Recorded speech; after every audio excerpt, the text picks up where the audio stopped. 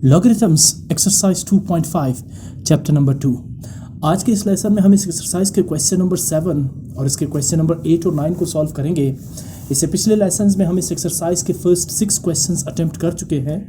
हम यहाँ इस पोजीशन पर पहुँच चुके हैं कि जहाँ हम रियल लाइफ प्रॉब्लम्स जो है वो लॉगरिथम्स के एप्लीकेशंस के अकॉर्डिंग सिंप्लीफाई कर रहे हैं। याद रहे कि हम यहाँ इन क्वेश्चंस को सॉल्व करने के लिए का हमारा बेसिक जो मकसद है वो ये है कि किस तरह से हम लॉज ऑफ लॉगरिथम को अप्लाई करके रियल लाइफ प्रॉब्लम्स को सॉर्ट आउट कर सकते हैं या उनको सॉल्व कर सकते हैं। इसमें जो हमने 4 लॉज ऑफ लॉगरिथम्स पढ़े थे उन्हें हम इन क्वेश्चंस को सॉल्व करने के लिए यूटिलाइज़ करेंगे। इसके अलावा हमें इसमें ज़रूरत पड़ेगी लॉग टेबल की, और इसके अलावा इसके अपोजिट यानी एंटाई लॉग की टेबल की भी हमें ज़रूरत पड़ेगी। तो क्वेश्चन नंबर 7 की तरफ आते हैं। एक दफ़ा फिर एक वर्ड प्रॉब्लम है और हम देखते हैं कि क्या ये क्वेश्चन लॉज ऑफ लॉगरिथम के अकॉर्डिंग सॉल्व होगा या विदाउट लॉज ऑफ लॉगरिथम इसे हम सॉल्व कर सकते हैं। क्वेश्चन नंबर 7 की स्टेटमेंट है, a saving account in a bank has a balance of 60,000 rupees. The bank pays an annual interest rate of 8% compounded quarterly. Calculate the total balance in the account at the end of 1 year. अच्छा, यहाँ question की main statement ये है कि एक saving account है। अच्छा, saving account bank में एक ऐसी अकाउंट होती है जिस पर आपको सालाना या 6 महीने के बाद या हर 3 महीने के बाद या हर माह आपको उस पर प्रॉफिट मिलता है, जिसको हम इंटरेस्ट कहते हैं या जिसे हम सूद कहते हैं। करंट अकाउंट ऐसा अकाउंट होता है जिसमें आपको सूद बैंक की तरफ से नहीं मिलता, जबकि सेविंग अकाउंट्स यानी बचत अकाउंट्स ऐसे अकाउंट्स होते हैं जिन पर बैंक की तरफ से आपको एक ख़ास अमाउंट जो है वो इंटरेस्ट की शक्ल या सूद की शक्ल में दी जाती है। तो एक सेविंग अकाउंट है बैंक में जिसमें बैलेंस है 60,000 यानी 60,000 रुपये। अब बैंक जो है वो एनुअल इंटरेस्ट, एनुअल कहते हैं ईयरली, यानी कि सालाना 12 मंथ में इंटरेस्ट रेट दे रहा है 8%। अब 60,000 का 8% जो है वो बैंक दे रहा है उस बैंक अकाउंट ऑनर को। आगे लिखा हुआ है कंपाउंडेड क्वार्टरली। अच्छा, ये वर्ड कंपाउंडेड क्वार्टरली का मतलब ये है, क्वार्टरली का मतलब ये है कि अगर एक साल के 12 मंथ्स हैं तो आप इसे 4 पार्ट्स में डिवाइड करेंगे, ठीक है ना। एक साल को 4 पार्ट्स में आप जब डिवाइड करते हैं तो इसका मतलब यह है कि हर पार्ट कितना होगा, ड्यूरेशन 3 मंथ्स का। देखें, 3 + 3 6, 6 + 3 9, 9 + 3 12। इसका मतलब यह है कि अगर आप एक साल को 4 क्वार्टर्स में डिवाइड करेंगे तो हर क्वार्टर कितना होगा, 3 मंथ्स का, बिकॉज 3 4s are 12, और एक साल में कितने मंथ्स होते हैं, 12 मंथ्स। तो यहाँ ये कह रहे हैं कि बैंक जो है वो 8% इंटरेस्ट रेट दे रहा है उस अकाउंट ऑनर को जिसका सेविंग अकाउंट है कंपाउंडेड क्वार्टरली। ये अमाउंट कब मिलती है इंटरेस्ट की, क्वार्टरली, हर 3 महीने के बाद, यानी साल में 4 मरतबा उस बैंक अकाउंट ऑनर को इंटरेस्ट मिलता है एट द रेट ऑफ 8%, ठीक है ना। कंपाउंडेड क्वार्टरली का मतलब है कि हर 3 महीने के बाद, बिकॉज अगर आप एक साल को 4 पार्ट्स में डिवाइड करेंगे तो हर पार्ट 3 महीनों का होगा।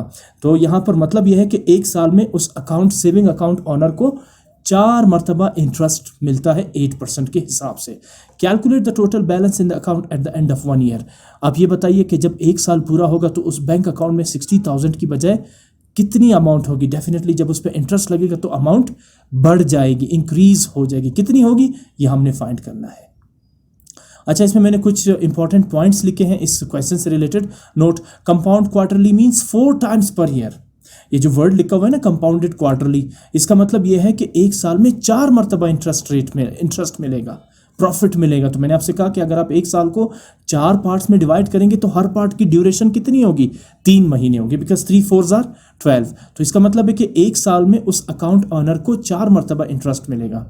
अच्छा, 4 times per year. 4 times per year means the bank calculates and adds interest every 3 months. अगर वो 4 टाइम्स है 1 ईयर का तो इसका मतलब है कि बैंक हर 3 महीनों के बाद उस अकाउंट में इंटरेस्ट ऐड करेगा। अच्छा, आई क्या है इसमें, आई स्टैंड्स फॉर इंटरेस्ट रेट पर कंपाउंडिंग पीरियड। अच्छा, इंटरेस्ट रेट पर कंपाउंडिंग पीरियड यानी 3 महीने के बाद जो इंटरेस्ट मिलेगा that is called interest rate पर कंपाउंडिंग पीरियड। अच्छा, कितने कंपाउंडिंग पीरियड्स हैं, n is the total number of compounding periods. अच्छा, अगर ईयरली क्वार्टरली कंपाउंडेड क्वार्टरली है तो इसका मतलब यह है कि एक साल में कितनी दफ़ा इंटरेस्ट मिलेगा, 4 मरतबा। तो total number of compounding periods यहाँ पर कितने होंगे, 4। आई क्या है, इंटरेस्ट रेट पर कंपाउंडिंग पीरियड, यानी 3 महीने के बाद कितना इंटरेस्ट रेट मिलेगा, 1। और n क्या है, total number of compounding period. अगर 3 महीने के बाद एक इंटरेस्ट मिलता है तो 6 महीने के बाद 2 इंटरेस्ट हो जाएंगे, 9 महीने के बाद 3 इंटरेस्ट हो जाएंगे और 12 मंथ्स के बाद 4 इंटरेस्ट हो जाएंगे। तो यहाँ पर कंपाउंडिंग पीरियड जो है वो कितने हुए 4, और इंटरेस्ट रेट पर कंपाउंडिंग पीरियड क्या होगा 3 महीने के बाद जो इंटरेस्ट मिलेगा। सो ये आई और एन के दरमियान डिफरेंस है। ये कुछ बेसिक चीज़ें थी क्वेश्चन से related. It is very important to understand the statement of the question before its solution. तो जब भी आप क्वेश्चन को सॉल्व करते हैं सबसे पहले उसकी स्टेटमेंट को समझना बेहद ज़रूरी है। अब ये सब कुछ जानने के बाद अब आते हैं क्वेश्चन के सोल्यूशन पर। इसमें कुछ चीज़ें गिवन है, जैसे 60,000 को जब आप जैसे ही आप बैंक में कुछ अमाउंट रखते हैं इंटरेस्ट के लिए, उस अमाउंट को कहा जाता है प्रिंसिपल अमाउंट।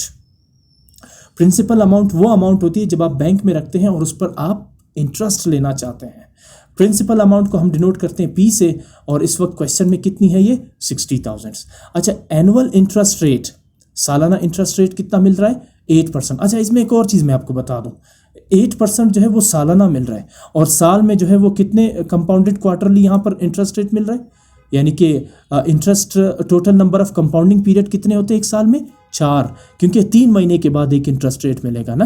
तो साल में कितने कंपाउंडेड इंटरेस्ट पीरियड होंगे 4, बिकॉज 3 4 = 12, यानी एक साल को जब आप 4 हिस्सों में डिवाइड करेंगे तो हर हिस्सा 3 मंथ्स का होगा। तो इसका मतलब यह है कि टोटल 60,000 का मिलेगा 8% एक साल में। अब चूंकि जो अमाउंट है इंटरेस्ट है वो एक साल में नहीं बल्कि एक साल में 4 मरतबा मिल रहा है, तो आप इस 8% को डिवाइड करेंगे 4 टाइम्स में। 8% तो एनुअल यानी सालाना मिल रहा है, जबकि साल में कितने कंपाउंडिंग पीरियड्स हैं 4, तो आप 8% को डिवाइड करेंगे 4 पार्ट्स में, तो फिर हर पार्ट कितना होगा 2%। देखिए 3 महीने के बाद 2% मिलेगा, 6 महीने के बाद 4% मिलेगा, और इसी तरह 9 महीने के बाद 6% मिलेगा, और 12 मंथ्स के बाद 8% हो जाएगा। यहाँ ये जो 8% है ना ये पूरे साल का है, और कंपाउंडिंग पीरियड साल में कितने हैं 4, तो आप 8 को 4 में डिवाइड करेंगे। जब आप 8 को 4 से डिवाइड करेंगे तो ये आएगा 2, यानी हर 3 महीने के बाद 2% इंटरेस्ट रेट मिलेगा। ऐसा नहीं है कि हर कंपाउंडिंग पीरियड हर 3 महीने के बाद 8% मिलेगा, नहीं, ये तो फिर हो जाएगा साल में 32%, बिकॉज 8 4 = 32, क्योंकि नंबर ऑफ कंपाउंडिंग पीरियड्स तो 4 है। तो लिहाजा आप 8% को डिवाइड करेंगे 4 पार्ट्स में, इसलिए क्योंकि आप 1 ईयर को भी तो 4 पार्ट्स में डिवाइड कर रहे हैं ना। हर 3 महीने के बाद, कंपाउंडेड क्वार्टरली का मतलब है हर 3 महीने के बाद आपको इंटरेस्ट रेट मिल रहा है, ठीक। सो यहाँ पर एनुअल इंटरेस्ट रेट आर से डिनोट करते हैं हम एनुअल इंटरेस्ट रेट को, और ये इस वक्त कितना है 8%।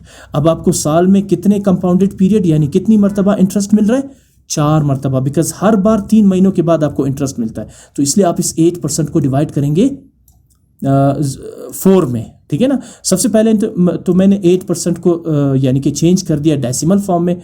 जब भी आप यानी कि 8% का जो फ्रैक्शनल फॉर्म है दैट इज़ 8/100, कहाँ से आया 100, जब भी आप परसेंटेज साइन को एलिमिनेट करते हैं, या यूँ समझे कि 8% इज़ डिफाइंड एज 8 पार्ट्स पर 100, this 8/100 is the fractional form of 8%, यानी आप 8% को इस तरह भी लिख सकते हैं, फ्रैक्शनल फॉर्म में भी लिख सकते हैं। परसेंट मीन्स 100, और जब आप 8 को 100 से डिवाइड करते हैं तो वी गेट 0.08। आगे चले, इंटरेस्ट रेट पर कंपाउंडिंग पीरियड, यानी हर 3 महीने के बाद इंटरेस्ट रेट कितना मिल रहा है, इसे इंटरेस्ट रेट को हम डिनोट करते हैं आर से। यह है कंपाउंडिंग पीरियड इंटरेस्ट रेट, यानी 3 महीने के बाद जो आपको मिल रहा है।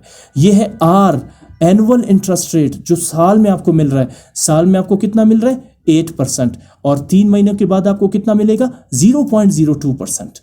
कैसे आया है 0.08 को आप डिवाइड करेंगे 4 से, क्यों, क्योंकि हमने एक साल को 4 क्वार्टर्स में डिवाइड किया है, ठीक है ना, तो इसलिए हम 0.08 को डिवाइड करेंगे 4 से। यहाँ जो लिखा हुआ है ना total number of compounding period, कितने होंगे कंपाउंडिंग पीरियड्स 4 होंगे ना।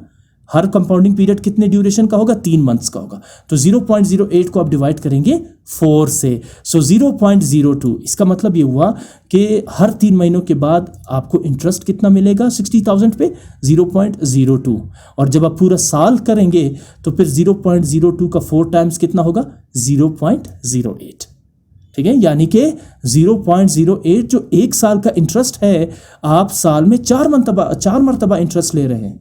तो इसका मतलब यह है कि हर 3 महीने के बाद आपको पूरा 8% नहीं मिलेगा, जबकि आपको मिलेगा 2%। ये 2% है और ये डेसिमल फॉर्म है 2% का, ठीक है ना। अब आ जाए आगे, total number of compounding period, जैसे मैंने आपसे कहा कि हमने साल को 4 हिस्सों में डिवाइड किया है, तो n is the total number of compounding period. Periods कितने हैं यहाँ पर 4, और एक पीरियड की ड्यूरेशन कितनी है 3, इसलिए 3 4s are 12, पूरे 12 महीने हो जाएंगे। अच्छा, टाइम कितना है t 1 ईयर। अच्छा, अब आते हैं फार्मूले पे। Using compound interest formula, a equals p into 1 plus i raise to the power n। अच्छा, ये वही फार्मूला है जो हमने इस क्वेश्चन के क्वेश्चन नंबर इसी एक्सरसाइज के क्वेश्चन नंबर 3 में हमने अप्लाई किया था। आप देख सकते हैं उस क्वेश्चन में भी यही फार्मूला हमने अप्लाई किया, जिसकी स्टेटमेंट है a equals p into 1 plus i raise to the power n। अब आपको पता है p क्या है, प्रिंसिपल अमाउंट जो बैंक में पहले रखी गई है 60,000। i क्या है इसमें, i इसमें है इंटरेस्ट रेट पर कंपाउंडिंग पीरियड, जो कि हमने अभी कैलकुलेट किया, कितना है 0.08। इस वक्त i यहाँ पर r नहीं है, r जो है वो पूरा 8 यानी 0.08 है। i जो है यहाँ पर इंटरेस्ट रेट पर कंपाउंडिंग पीरियड, इसलिए क्योंकि हमने साल को 4 हिस्सों में डिवाइड किया है। तो जब आप 8% को 4 हिस्सों में डिवाइड करेंगे तो एक हिस्सा कितना होगा 0.02 या फिर 2%। 0.02 is the decimal form of 2%, ठीक है, जिस तरह 0.08 is the decimal form of 8%, right. अच्छा, आगे चले, n is the total number of periods. कितने पीरियड्स में हमने डिवाइड किया है साल को, 4 पीरियड्स में। सो अब इसमें वैल्यूज आप पुट करेंगे, principal amount 60,000, 1 plus i is 1 plus 0.02, n is the total number of periods which is 4, right. आगे चलें, इन दोनों को ऐड करते हैं, 1 plus 0.02 is 1.02 whole raise to the power 4।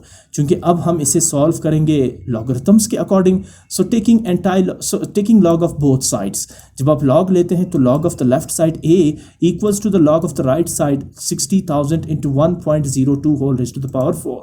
वैसे आपको लग रहा होगा कि अगर हम इसे विदाउट लॉगरिथम सॉल्व करें, यानी 1.02 को 4 टाइम्स मल्टीप्लाई करें और फिर इसे 60,000 से मल्टीप्लाई करें, that's it, your final answer has been calculated and you're right 100% about this calculation, but the fact is we are solving this question using laws of logarithms। ठीक है, यहाँ हरगिज़ ये मतलब नहीं है कि आप मुश्किल की तरफ जा रहे हैं, क्योंकि यहाँ आपको लग रहा होगा कि ये तो बहुत आसान है, 1.02 का 4 टाइम्स लें और इसे 60,000 से मल्टीप्लाई करें। लेकिन यहाँ मकसद ये है कि आपको ये समझाना है कि किस तरह से हम लॉज ऑफ लॉगरिथम्स के ज़रिए रियल लाइफ प्रॉब्लम्स को सॉल्व कर सकते हैं, ठीक है ना।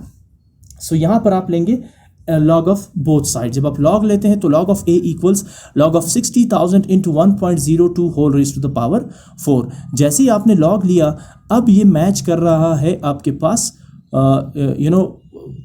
Log of first law of the logarithms, यानी log of m multiplied by n। अब इसमें m और n क्या है, let's identify m and n first.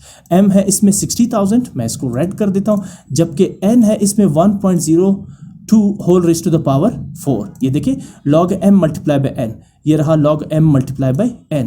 तो इसे हम लिखेंगे log of m plus log of n। log m क्या है, log 60,000, और log n क्या है 1.02 whole raise to the power 4। मैंने बाय मिस्टेक यहाँ 2 लिखा है, तो let's correct it, raise to the power 4।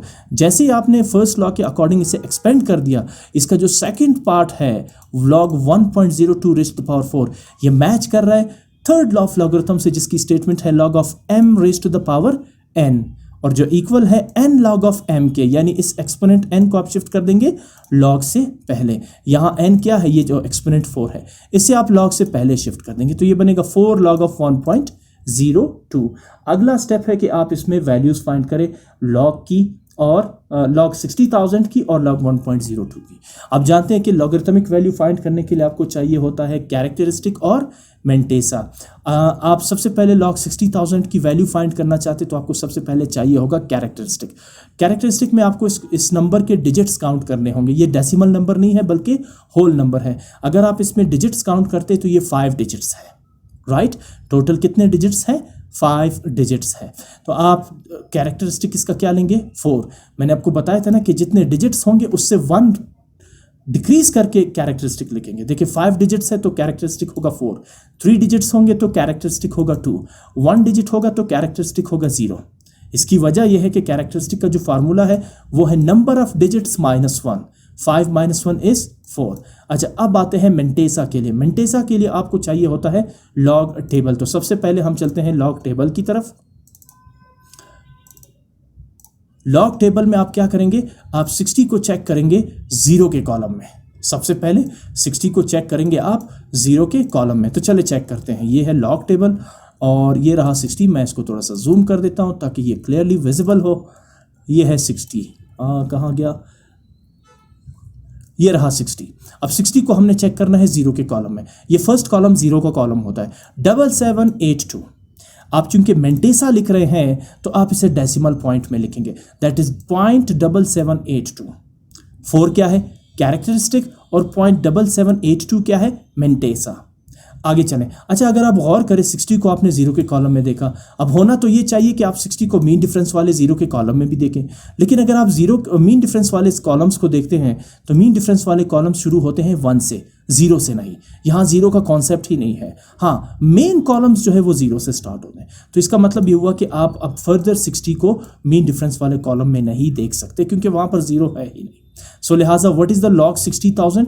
It's 4.7782। अब आते हैं लॉग 1.02 की तरफ। तो सबसे पहले 4 आप एज इट इज लिखेंगे। अब देखिए, हमें सबसे पहले चाहिए होगा कैरेक्टरिस्टिक। ये डेसिमल नंबर है तो कैरेक्टरिस्टिक आप निकालेंगे होल पार्ट से, यानी डेसिमल से पहले वाले हिस्से से। डेसिमल से पहले आपको एक ही डिजिट नजर आ रहा है, दैट इज 1। अगर डिजिट 1 है तो कैरेक्टरिस्टिक क्या होगा, 0। डिजिट्स 2 होंगे तो कैरेक्टरिस्टिक 1, डिजिट्स 3 होंगे तो कैरेक्टरिस्टिक 2। अब यहाँ पर इसलिए हम कर रहे हैं क्योंकि कैरेक्टरिस्टिक जो है वो नंबर ऑफ डिजिट्स -1 से कैलकुलेट होता है। यहाँ एक ही डिजिट है तो 1 - 1 0। मेंटेसा के लिए आप क्या करेंगे, आप डेसिमल पॉइंट को इग्नोर कर देंगे। नंबर क्या बनेगा, 102। इसका मतलब है कि आप 10 को चेक करेंगे कॉलम नंबर 2 में। आप 10 को चेक करेंगे कॉलम नंबर 2 में। चले चेक करते हैं। यह है लॉग टेबल और यह है 10। पहली वैल्यू लॉग की शुरू होती है 10 से। कॉलम नंबर 2 ये आपके सामने है 0086। आप चूंकि मेंटेसा लिख रहे हैं तो 0.0086। कैरेक्टरिस्टिक क्या है, 0, और मेंटेसा 0.0086। अगले स्टेप में आप 4 को मल्टीप्लाई करेंगे 0.0086 से, द प्रोडक्ट इज 0.0344। अब अगले स्टेप में आप इन दोनों नंबर्स को ऐड करेंगे तो वी गेट 4.8126। आप कैलकुलेटर इस्तेमाल कर सकते हैं इस मकसद के लिए। हम फाइंड कर रहे हैं ए की वैल्यू। यहाँ हमारे पास लॉग भी मौजूद है। लॉग को एलिमिनेट करने के लिए taking anti log of both sides. जब आप बोथ साइड्स का एंटाई लॉग लेते हैं तो anti log of A equals antilog of 4.8126। अब लॉग और एंटाई लॉग एक दूसरे के ऑपोजिट है तो यहाँ पर एंटाई लॉग और लॉग एक दूसरे को कैंसल आउट कर देंगे। We left with a equals antilog of 4.8126। अब हम एंटाई लॉग फाइंड करेंगे इस नंबर का तो हमारे पास वैल्यू कैलकुलेट हो जाएगी, यानी आंसर आ जाएगा। अब जानते हैं कि एंटाई लॉग को के लिए हम चूज करते हैं सिर्फ और सिर्फ मेंटेसा को। कैरेक्टरिस्टिक को यहाँ हम यूज नहीं करेंगे। कैरेक्टरिस्टिक यहाँ पर यूज होगा डेसिमल पॉइंट की प्लेसमेंट के लिए। तो सबसे पहले एंटाई लॉग में आप 0.81 को चेक करेंगे कॉलम नंबर 2 में। 0.81 कॉलम नंबर 2। अगर आप एंटाई लॉगरिथमिक टेबल को देखें तो एंटाई लॉग की वैल्यूज जो है वो डेसिमल पॉइंट फॉर्म में आपको नजर आएंगी। हम चेक कर रहे हैं 0.81 को। सो हियर इज 0.81 और किस कॉलम में हम चेक करने जा रहे हैं, कॉलम नंबर 2 में। सो ये है 0.81, ये 0 कॉलम, ये फर्स्ट कॉलम और ये है सेकंड कॉलम। तो 0.81 की सेकंड कॉलम में वैल्यू क्या आ रही है, 6486। आप लिखेंगे पूरी वैल्यू 6486। यहाँ मेंटेसा नहीं लिख रहे कि आप इसे डेसिमल में लिखेंगे, नहीं, आप पूरा लिखेंगे 6486। और अब आप 0.81 को चेक करेंगे मीन डिफरेंस वाले कॉलम नंबर 6 में। यह है 0.81 की रो। यहाँ से शुरू होते हैं मीन डिफरेंस के कॉलम्स। यह है first column of mean difference, second, third, fourth, fifth and six. तो 0.81 की मीन डिफरेंस कॉलम नंबर 6 में वैल्यू कितनी आ रही है, 9। आप इसे ऐड करेंगे 6486 के साथ। 6486 + 9 इज 6495। आगे चलें। अब मैंने आपसे कहा था कि यहाँ पर कैरेक्टरिस्टिक चाहिए होगा डेसिमल पॉइंट की प्लेसमेंट के लिए। कैरेक्टरिस्टिक क्या है, 4। जब आप 4 के साथ 1 ऐड करते हैं, 4 + 1 5। आपने यहाँ पर डेसिमल पॉइंट पुट करना है लेफ्ट साइड से 5 डिजिट्स छोड़ के। फिर से सुने, यहाँ कैरेक्टरिस्टिक का फंक्शन ये है कि कैरेक्टरिस्टिक +1। कैरेक्टरिस्टिक क्या है, 4 + 1 इज 5। आपने ये जो नंबर कैलकुलेट किया है 6495, यहाँ पर आपने 5 डिजिट्स छोड़ के लेफ्ट साइड से 5 डिजिट्स छोड़ के आपने डेसिमल पॉइंट पुट करना है। 5 कहाँ से आया, कैरेक्टरिस्टिक +1, 4 + 1 इज 5। तो चले 5 डिजिट्स छोड़ के डेसिमल पॉइंट लगाते हैं। पहला डिजिट 6, दूसरा 4, तीसरा 9 और चौथा डिजिट है 5। इसके बाद फिफ्थ डिजिट तो हमारे पास है ही नहीं, तो वो डिजिट आप क्या लगाएंगे? 0। याद रखिए 0 के अलावा कोई नंबर आपने नहीं लगाना है। तो 5 डिजिट छोड़ के आपने डेसिमल पॉइंट लगा दिया, तो 64,950.0। अब 64,950.0 का मतलब क्या है? 64,950। आप अपना आंसर बेशक इस तरह भी चेक कर सकते हैं। ये 1.02 को 1.02 से 4 टाइम्स मल्टीप्लाई करें और फिर से 60,000 से मल्टीप्लाई करें, ठीक है ना। ये तरीक़ाकार है सिर्फ आपको ये समझाने के लिए कि एंटाई लॉग के ज़रिए किस तरह से हम वर्ड प्रॉब्लम्स को सॉल्व कर सकते हैं। लाजमी नहीं है कि इसी तरह के आसान रियल लाइफ प्रॉब्लम्स में आपको जो है ना वो एंटाई लॉग टेबल या लॉज ऑफ लॉगरिथम्स अप्लाई करने पड़े। इससे बहुत ही ज़्यादा कॉम्प्लिकेटेड सिचुएशन हो सकती है जो नॉर्मल अंदाज में सॉल्व करने के काबिल ही नहीं हो सकते। तो लिहाजा उस टाइप के क्वेश्चंस को फिर हम एंटाई लॉग और लॉग की मदद से इस तरीके से सॉल्व करेंगे, लॉज ऑफ लॉगरिथम्स को अप्लाई करके, ठीक। सो इनिशियल अमाउंट यानी प्रिंसिपल अमाउंट कितनी थी? 60,000।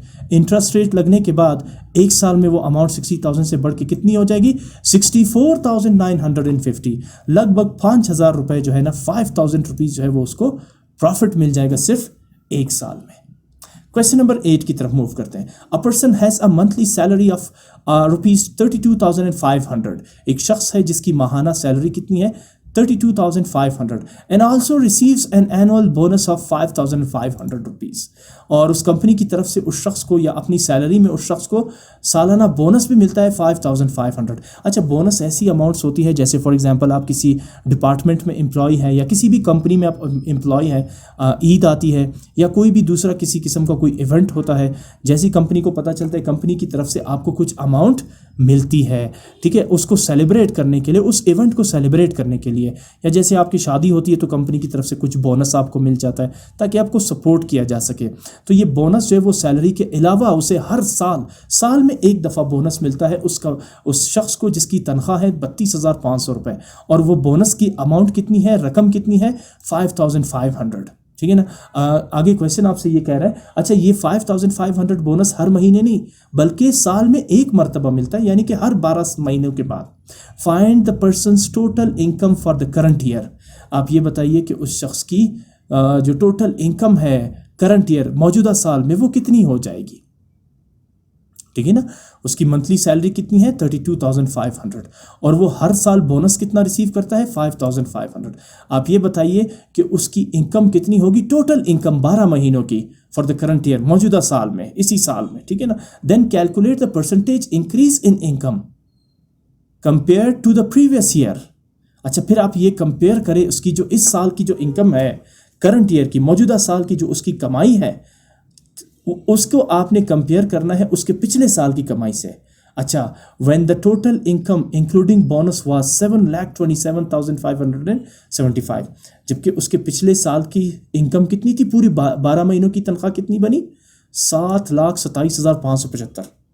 आप ये बताइए कि उसकी इस साल की तनख्वाह कितनी बनेगी? एक महीने की तनख्वाह है 32,500, साल की तनख्वाह कितनी होगी? 32,500 मल्टीप्लाइड बाई 12, और फिर उसमें आपने ऐड करना है एक साल की बोनस भी 5,500 रुपये, और फिर आपने इसे कंपेयर करना है उसके पिछले साल की तनख्वाह से, विच इज़ 7,27,575।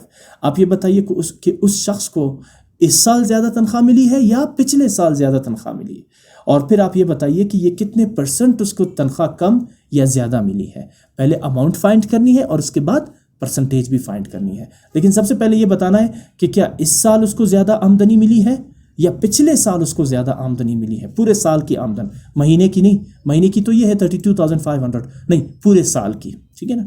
अच्छा, note this is a word problem about income plus percentage increase, but logarithms are not actually needed here. Why? Because there is no multiplication, division और पावर इंक्लूडेड। ये एक ऐसा क्वेश्चन है जिसे आप लॉगरिथम के जरिए सॉल्व नहीं कर सकते। वजह देखिए, जो लॉज ऑफ लॉगरिथम्स है उसमें आप देखिए पहली लॉ क्या है? Log m multiply by n, यानी दो क्वांटिटीज आपस में मल्टीप्लाई हो रही हैं। दूसरी लॉ क्या है? m अपॉन n, यानी कि दो क्वांटिटीज आपस में डिवाइड हो रही है। जबकि तीसरी लॉ क्या है, log m raise to the power n, यानी एक्सपोनेंशियल फॉर्म में है। यहाँ जब आप देखेंगे ना तो कहीं पर आपको दो नंबर्स ऐड करते हुए मिलेंगे आपको आपस में, या मल्टीप्लाई करते हुए आपस में मिलेंगे, या फ्रैक्शनल फॉर्म में आपस में आपको दो नंबर्स मिलेंगे। जबकि लॉगरिथम्स के लॉज जो है वो किस से रिलेटेड है, मल्टीप्लिकेशन, डिवीजन एंड पावर्स। तो यहाँ हम लॉज ऑफ लॉगरिथम्स अप्लाई नहीं कर सकते, हम इसे सिंपल तरीके से सॉल्व करेंगे, ठीक है ना। ये मैंने नोट लिखा है अपनी तरफ से इसमें, ताकि आपको ये पता चले कि इससे पिछले क्वेश्चंस तो हमने लॉगरिथम के अकॉर्डिंग सॉल्व किए, इसको क्यों नहीं किया। एक तो ये कि इसमें मेंशन नहीं है कि solve the following question according to the laws of logarithm, जैसे पिछले क्वेश्चन में मेंशन था। दूसरा ये कि जो लॉज ऑफ लॉगरिथम्स है वो इस क्वेश्चन में इम्प्लीमेंट नहीं हो सकते, तो लिहाजा हम इसे without laws of logarithms solve करेंगे। सबसे पहले इसमें डेटा लिखते हैं जो गिवन है। मंथली सैलरी कितनी है उस शख्स की, 32,500 एक मंथ की। तो फिर ईयरली सैलरी कितनी होगी उसकी, एक साल की सैलरी कितनी बनेगी, 32,500 एक मंथ की सैलरी मल्टीप्लाइड बाई 12, यानी पूरे साल की सैलरी, इक्वल्स 3,90,000 रुपीज़। एक मंथ की तनख्वाह अगर 32,500 है तो एक साल की तनख्वाह कितनी हो जाएगी, 3,90,000 रुपीज़ मल्टीप्लाइड बाई 12। बहुत ही सिंपल है। अच्छा, एनुअल बोनस कितना है, साल में एक दफ़ा बोनस कितना मिलता है, 5,500। अच्छा, टोटल करंट इनकम कितनी हो जाएगी, यानी उसके ईयरली इनकम प्लस बोनस कितनी अमाउंट बनेगी, 3,90,000 प्लस 5,500। इनको जब आप ऐड करते हैं तो वी गेट 3,95,500। अब इस शख्स की जिसकी एक महीने की तनख्वाह 32,500 है, बोनस 5,500 रुपये है, तो पूरे साल की तनख्वाह कितनी हो जाएगी बोनस समेत, 3,95,500। अच्छा, अब आ जाए आगे, पिछले साल की तनख्वाह कितनी थी, 7,27,575। आपको यहाँ इस नंबर्स को देख के ही पता चलेगा कि इस शख्स को ज़्यादा इनकम इस साल मिली है या पिछले साल मिली है। तो ये बहुत ही वाज़ेह है, यहाँ अमाउंट है 3 लाख समथिंग और यहाँ अमाउंट है 7 lakh something. There is a big difference, there is a huge difference between 3 lakh and 7 lakh. So इसका मतलब क्या हुआ, इस मरतबा उसको तनख्वाह कम मिली है as compare to the last year और previous income. Now increase in income, कितना फ़र्क पड़ा है इनकम में, पिछले साल कितनी ज़्यादा थी income as compare to the current year. अब क्या करेंगे, करंट ईयर की तनख्वाह लिखेंगे 3,95,500 माइनस 7,27,575। डिफरेंस कितना आएगा, 3 लाख माइनस 3,32,075, यानी इस साल उसे कितनी कम तनख्वाह मिली पिछले साल की निस्बत, 3,32,075 रुपीज़। अच्छा, आप ये भी तो लिख सकते हैं ना, 7,27,575 माइनस 3,95,500, तो डिफरेंस पॉजिटिव आएगा, ठीक है ना। अब डिफरेंस पॉजिटिव का मतलब ये होगा कि उसको इस साल पिछले साल की निस्बत ज़्यादा तनख्वाह मिली है। यहाँ नेगेटिव साइन का मतलब जानते हैं क्या है, कि उसको कम तनख्वाह मिली है इस साल। कितनी कम मिली है, 3,32,075 रुपीज़। यहाँ जो नेगेटिव साइन नज़र आ रहा है ना आपको, वैसे आप इस तरह भी तो लिख सकते हैं, इसको बाद में लिखे और इससे पहले लिखे, आपके पास प्लस 3,32,075 आ जाएगा। लेकिन मैंने इसे इसलिए इस तरह लिखा ताकि मैं दिखा सकूं आपको कि यहाँ पर अमाउंट नेगेटिव में आ रही है। इसका वाज़े मतलब ये होगा, आप इस बात को समझिए कि इस साल उसे कम अमाउंट मिली है as compare to the previous year. यहाँ नेगेटिव साइन का ये मतलब है। पॉजिटिव करेंगे तो फिर मतलब अपोजिट होगा, यानी इस साल उसे 3,32,075 रुपीज़ ज़्यादा मिले as compare to the previous year. जबकि यहाँ तो बात ही कुछ और है, यहाँ तो ये है कि इस साल इसे कम अमाउंट मिली है, तो वो जो कम अमाउंट है ना, वो हम नेगेटिव साइन से यहाँ पे रिप्रेजेंट करेंगे। आई होप आपको इस नेगेटिव साइन का कॉन्सेप्ट समझ आ चुका होगा। आगे मैंने लिखा है, so actually it is decrease not increase, उसकी तनख्वाह तो कम हुई है, बड़ी तो नहीं है। तो फिर क्वेश्चन आगे कह रहा है आपसे, क्वेश्चन के दो हिस्से हैं। पहले कह रहा है कि find the persons total income for the current year. आपने फाइंड कर लिया कितनी है टोटल इनकम करंट ईयर की, 3,90,000। फिर आपसे कह रहे हैं then calculate the percentage increase in income compare to the previous year. जब आपने कंपेयर किया तो इस साल उसको कम तनख्वाह मिली है as compare to the previous year. When the total income previous year including bonus was 7,27,575। अब ज़रा आप इसे चेंज करेंगे इस अमाउंट को परसेंटेज में। सो परसेंटेज चेंज का फार्मूला क्या होगा, फॉर लॉस। ये एक तरह से लॉस हुआ ना, ये एक तरह से लॉस हुआ आपको। पिछले साल आपको ज़्यादा मिली, इस दफ़ा आपको कम मिली, तो ये तो लॉस हुआ। अगर ये नंबर पॉजिटिव होता तो फिर वो प्रॉफिट होता। नेगेटिव है तो इसका मतलब है लॉस। तो लॉस के लिए जो परसेंटेज चेंज का फार्मूला है वो क्या है? New income minus old income divided by old income multiply by 100। Why 100? Because आप परसेंटेज में कन्वर्ट कर रहे हैं। So percent mean out of 100। Formula क्या होगा अगर आपको लॉस हो जाए? New income minus old income divided by old income. इसमें वैल्यूज पुट करें। न्यू इनकम कितनी है इसकी? 3,95,500, ये जो बोनस के साथ हमने फाइंड किया था, ठीक है ना। ओल्ड इनकम कितनी थी उसकी? 7,27,575 divided by again old income 7,27,575 multiply by 100। जब आप इन दोनों को सब्ट्रैक्ट करते हैं तो इसका डिफरेंस कितना है? -3,32,075 और divided by old income 7,27,575 multiply by 100। सबसे पहले इन दो नंबर्स को आप डिवाइड करेंगे यूजिंग कैलकुलेटर। जैसे ही डिवाइड करेंगे you will get 0.4564 0.4564 multiply by 100। जब आप इस नंबर को मल्टीप्लाई बाय 100 करते हैं, पहले आप इस माइनस को भूल जाइए, माइनस को आखिर में लगाए जब आप इन दोनों नंबर्स को मल्टीप्लाई करते हैं। तो जैसे ही आप 0.4564 को 100 से मल्टीप्लाई करते हैं, आप जस्ट इस डेसिमल पॉइंट को 2 डिजिट्स राइट साइड पे शिफ्ट कर देंगे। तो ये नंबर क्या बनेगा? नंबर बनेगा 045.64। 045 का मतलब है 45, या फिर आप 0.4564 को 100 से मल्टीप्लाई करें using calculator, you will get 45.64%। अब चूंकि एक नंबर नेगेटिव है और दूसरा पॉजिटिव है तो माइनस इंटू प्लस -45.64%। अब इसका मतलब क्या होगा? अगेन माइनस साइन का मतलब क्या है कि उसकी तनख्वाह इस साल डिक्रीज हुई है। कितने परसेंट डिक्रीज हुई है पिछले साल की निस्बत? 45.64%। तकरीबन आधी तनख्वाह उसकी कम हुई है इस साल। पिछले साल 7 लाख तनख्वाह थी, इस दफ़ा तकरीबन 3,95,000 रुपए तनख्वाह। तो आधी से थोड़ी सी कम, आधी कितनी होगी? 50%। आधी से थोड़ी सी कम यानी 45.64% सैलरी उसकी इस दफ़ा कम हुई है as compare to the previous year. तो नेगेटिव साइन यहाँ पर शो कर रहा है कि इस तनख्वाह इस साल डिक्रीज हुई है। अगर मैं इसको हटा दूं, इसका मतलब है कि इस साल उसकी तनख्वाह 45.64% इंक्रीज हुई है। तो डियर, यहाँ पर जो पॉजिटिव और नेगेटिव साइन का कॉन्सेप्ट है वो सिर्फ ये है कि यहाँ पर नेगेटिव नंबर्स इसलिए आ रहे हैं क्योंकि इस दफ़ा तनख्वाह उसकी कम हुई है, उसको नुकसान हुआ है, ठीक है ना। Here negative sign indicates decrease in percentage. So the person's income decreased by 45.65 या 65%, ठीक है ना, in the current year compared to the previous year। ये जो नेगेटिव 45.64% है ना, इसे आप ऐसे नहीं पढ़ेंगे कि इस शख्स की तनख्वाह इस साल -45.64% डिक्रीज हुई है। टोटली रॉन्ग, गलत होगा।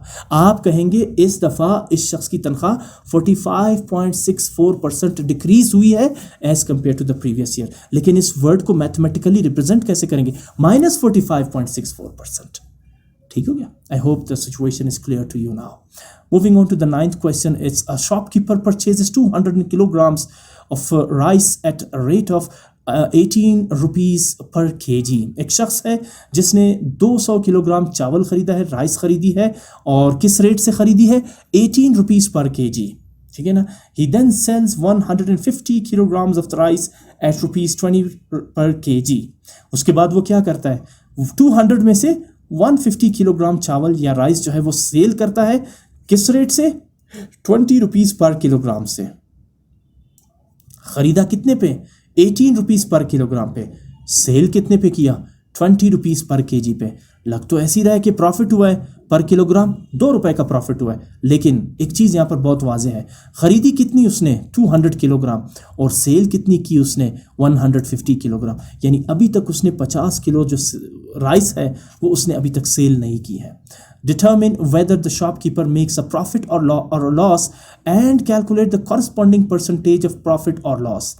आपसे पूछा ये जा रहा है कि ये बताइए कि क्या शॉपकीपर ने मुनाफा यानी प्रॉफिट बनाया है या नुकसान लॉस बनाया है, और उसके बाद ये भी कैलकुलेट करें करस्पॉन्डिंग परसेंटेज। करस्पॉन्डिंग परसेंटेज का मतलब ये हुआ अगर उसने प्रॉफिट बनाया है तो प्रॉफिट परसेंटेज कितना होगा। देखिए, एक है प्रॉफिट और एक है प्रॉफिट परसेंटेज। इसका मतलब ये है एक चीज़ आपने खरीदी है 100 रुपीज़ की, ठीक है ना, एक चीज़ आपने खरीदी है 100 रुपीज़ की, जब आप उसे सेल करते हैं 110 रुपीज़ पे तो प्रॉफिट कितना हुआ? 10 रुपीज़। लेकिन प्रॉफिट परसेंटेज कितना हुआ? 10%। यानी आपने उस प्रोडक्ट को 10% प्रॉफिट पे बेचा और अमाउंट कितनी उस पे प्रॉफिट पे कमाई 10 रुपीज़। तो अमाउंट अलग है और परसेंटेज अलग है, प्रॉफिट अलग है और प्रॉफिट परसेंटेज। इसी तरह अगर उस शख्स को लॉस हुआ है तो लॉस अलग होगा। जैसे आपने प्रोडक्ट खरीदी 100 रुपए की और बेच डाली 90 रुपए की, तो लॉस कितना हुआ 10 रुपीज़ और प्रॉफिट लॉस कितना हुआ 10%। ठीक है ना। सो लॉस और लॉस परसेंटेज भी अलग चीज़ है। तो कह रहे कि आप बताइए उसको नुकसान हुआ या नफ़ा, फिर आप ये भी बताइए कि उसका नुकसान का परसेंटेज या मुनाफे का परसेंटेज कितना होगा, कितने परसेंट उसको लॉस हुआ या कितने परसेंट उसको प्रॉफिट मिला। Note this is a word problem about profit और loss and the percentage of profit और loss, but logarithms are not actually needed here because there is no multiplication division power included in this question. आप जब solve करेंगे आप खुद ही देखेंगे, आपको अंदाजा होगा कि यहाँ पर कोई भी लॉज ऑफ लॉगरिथम अप्लाई नहीं हो सकती। इसके अलावा यहाँ मेंशन्ड भी नहीं है कि फाइंड प्रॉफिट और loss using laws of logarithms. तो आप इसे डायरेक्टली सॉल्व करेंगे as a word problem solution, right. सबसे पहले आप इसमें वो डेटा लिखेंगे जो गिवन है, that is total rice purchased, कितनी चावल खरीदी गई 200 किलोग्राम। अच्छा, कॉस्ट प्राइस कितनी थी 1 किलो की 18 रुपीज़ पर केजी। उसने 200 किलोग्राम राइस खरीदी, 1 केजी कितनी की खरीदी 18 रुपीज़ पर केजी।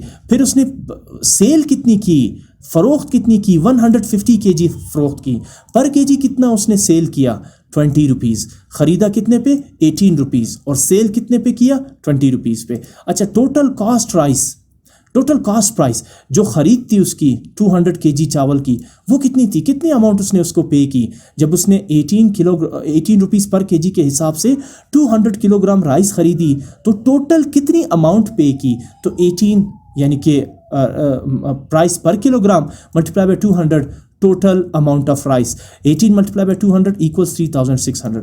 जब वो ये चावल ख़रीद रहा था 200 किलोग्राम 18 रुपीज़ पर केजी के हिसाब से, तो ये उसने उसको अमाउंट दी शॉपकीपर ने 3600। आगे चलें, टोटल सेलिंग प्राइस। अच्छा, उसने कितने किलो चावल बेची 150 केजी और 1 केजी कितने रुपीज़ पे बेचा 20 पे। सो 150 मल्टीप्लाई बाय 20 और 20 मल्टीप्लाई बाय 150। आप कहेंगे कि ऊपर तो 18 मल्टीप्लाई बाय 200 था, तो यहाँ पर भी हम कर देते हैं 20 मल्टीप्लाई बाय 150, कोई प्रॉब्लम नहीं है।